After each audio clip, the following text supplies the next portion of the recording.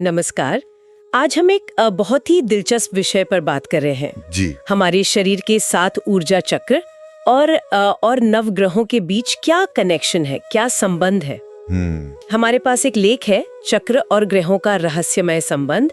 उसी के आधार पर हम इसे समझने की कोशिश करेंगे बिल्कुल। कि ये ग्रह आखिर कैसे हमारे इन एनर्जी सेंटर्स पर असर डालते हैं और इस जानकारी से हम अपनी लाइफ को बेहतर कैसे बना सकते हैं। हाँ, ये जानना बहुत ही फैसिनेटिंग है कि कैसे हमारे अंदर की ये सूक्ष्म ऊर्जाएं हैं ना, मूलाधार से लेकर सहस्रार तक, ये 7 चक्र। हाँ। और ये बाहर की जो बड़ी शक्तियां हैं यानी ग्रह जी, उनसे कैसे जुड़ी हैं। हर चक्र का जीवन के एक खास पहलू से नाता है। अच्छा। और कोई ना कोई ग्रह उसकी एनर्जी को कह सकते हैं दिशा देता है। तो चलिए शुरू करते हैं सबसे पहले चक्र से। मूलाधार, जो रीढ़ की हड्डी के बिल्कुल नीचे होता है। जी, बेस चक्र। लेख में बताया गया है कि ये स्थिरता, सुरक्षा, सिक्योरिटी की भावना से जुड़ा है और ग्रह है शनि। हाँ, शनि। और अगर मान लीजिए शनि का प्रभाव कुंडली में कमजोर है या नकारात्मक है तो लेख के अनुसार इंसान में वो असुरक्षा की भावना या बेवजह का डर, ये सब देखने को मिल सकता है। अच्छा, तो इसे बैलेंस करने के लिए इसके लिए बीज मंत्र है लम।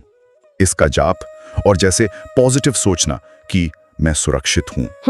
और योगासन में मलासन जो है वो जमीन से जुड़ाव महसूस करने में मदद करता है। ठीक है, तो ये हुई स्थिरता की बात। इसके बाद एनर्जी ऊपर आती है स्वाधिष्ठान चक्र पर, नाभि के थोड़ा नीचे। जी। इससे मंगल ग्रह से जोड़ा गया है रचनात्मकता, पैशन, एनर्जी। सही कहा, मंगल तो है ही ऊर्जा और एक्शन का ग्रह।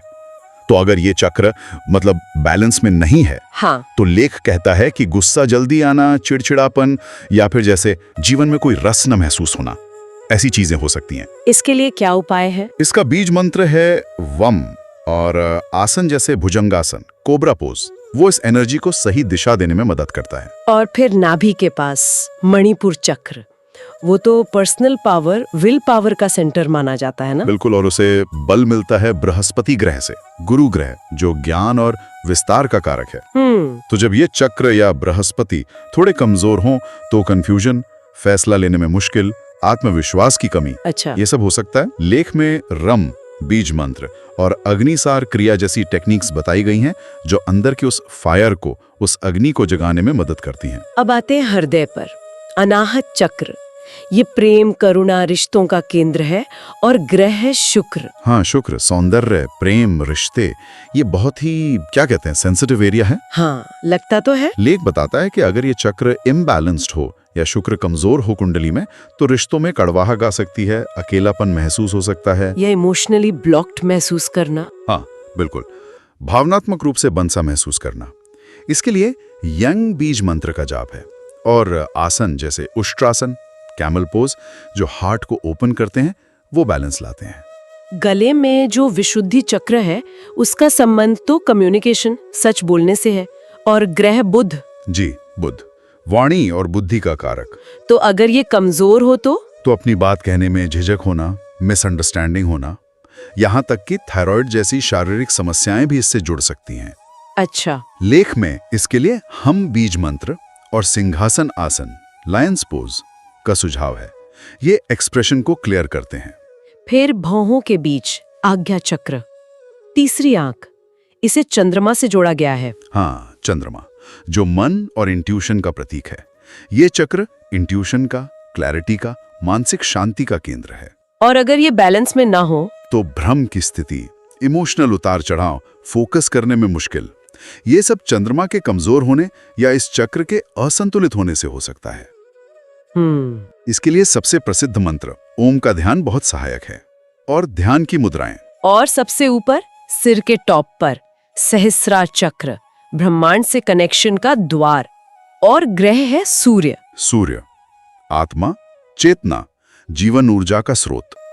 लेख के अनुसार जब ये चक्र पूरी तरह खिला ना हो या सूर्य कमजोर हो तो क्या होता है? तो इंसान को अपनी जिंदगी का मकसद समझ नहीं आता, सेल्फ डाउट रहता है या दुनिया से कटा हुआ महसूस कर सकता है। इसके लिए कोई खास मंत्र? इसके लिए किसी विशेष मंत्र से ज्यादा मौन ध्यान, शांत बैठना और पद्मासन जैसी स्थिर मुद्राएं सेल्फ रियलाइजेशन में मदद करती हैं। ये तो 7 चक्र और 7 ग्रहों की बात हुई, लेकिन वो जो छाया ग्रह है राहु और केतु, उनका क्या रोल है इसमें? अच्छा सवाल है।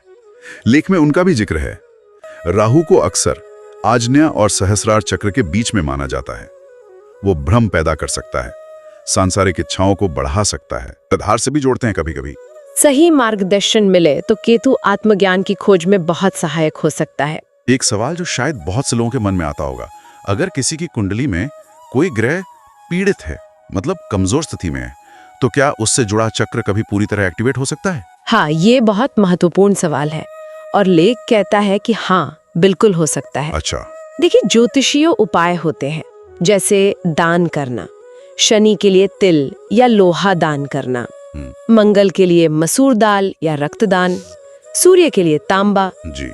इनके साथ साथ साधना, मंत्र जाप, ध्यान, इन सब तरीकों से ग्रहों के जो नेगेटिव प्रभाव है उनको कम किया जा सकता है और उस चक्र की एनर्जी को बैलेंस करके जागृत किया जा सकता है। बिल्कुल, उसे संतुलित और जागृत किया जा सकता है। मतलब ज्योतिष सिर्फ किस्मत बताना नहीं है, बल्कि ये एक तरह से सेल्फ इंप्रूवमेंट का टूल भी है। आपने बिल्कुल सही समझा, ये गाइडेंस सिस्टम है। और सबसे आसान तरीका क्या हो सकता है इन चक्रों पर काम करने का रोजमर्रा की जिंदगी में? सबसे सरल उपाय जो लेख में भी बताया गया है वो है रोज बस 10-15 मिनट निकालना, शांत बैठें, अपने चक्रों पर ध्यान लगाएं और उनके जो बीज मंत्र हैं, लम, वम, रम, यम, हम, ओम, इनका चाहे तो मन में या धीरे धीरे बोल के जाप करें। बस इतना ही? हाँ, इससे भी धीरे धीरे बहुत बड़ा बदलाव आ सकता है। कंसिस्टेंसी जरूरी है बस। तो मतलब निचोड़ ये है कि ग्रह हमारी किस्मत को पूरी तरह कंट्रोल नहीं करते, वो इशारे करते हैं। सही कहा, वो संकेतक हैं। वो हमें हमारी अंदरूनी एनर्जी को पहचानने का मौका देते हैं और अपने कर्मों को, अपने एक्शन को सोच समझकर सुधारने का अवसर देते हैं। हाँ, ये एक अलग नजरिया है। बिल्कुल। तो आज हमने संक्षेप में यही देखा कि कैसे ये 7 चक्र और 9 ग्रह आपस में जुड़े हैं, उनकी कमजोरियों के क्या लक्षण हो सकते हैं और उन्हें एक्टिवेट करने के क्या तरीके हैं, मंत्र, ध्यान, योग और कुछ उपाय। जी। तो जाते जाते हमारे सुनने वालों के लिए एक सोचने वाली बात छोड़ जाते हैं। जरूर। अपने अंदर की इन शक्तियों को, इन एनर्जीज को समझना एक कभी ना खत्म होने वाली सेल्फ डिस्कवरी की यात्रा है।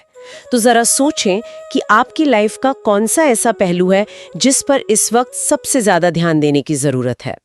हो सकता है उससे जुड़े चक्र और ग्रह की ऊर्जा के साथ कनेक्ट करना ही आपके लिए अगला कदम हो।